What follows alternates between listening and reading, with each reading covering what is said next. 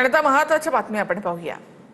दिल्लीमध्ये पश्चिम आशियामधील तणावाच्या पार्श्वभूमीवर संरक्षण मंत्री राजनाथ सिंग यांच्या अध्यक्षतेखाली मंत्री गटाची बैठक कच्च्या तेलाच्या किमती आणि पेट्रोल डिझेल एलपीजी पुरवठ्याचा या बैठकीमध्ये आढावा। बैठकीला मंत्री जेपी नड्डांसह अनेक मंत्रीही सहभागी। इराणच्या कर्ग आयलँडवर समुद्रामध्ये मोठ्या प्रमाणामध्ये तेल गळतीचं कारण अद्याप अस्पष्ट। तेल गळतीमुळे जागतिक बाजारामध्ये तेलाच्या किमती आणखी वाढण्याची शक्यता।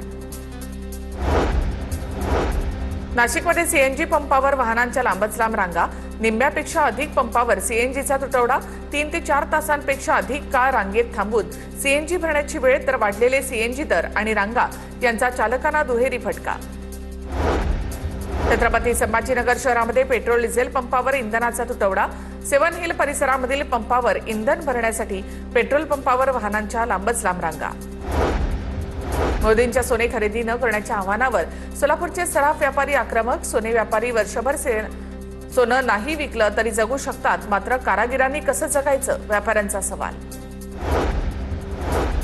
पुण्याच्या राजगुरुनगरमधील सराफा बाजारात शुकशुकाट। मोदींच्या आव्हानानंतर ग्राहकांची सोनं खरेदीकडे पाठ। सराफ व्यावसायिक पुन्हा एकदा संकटात। आणि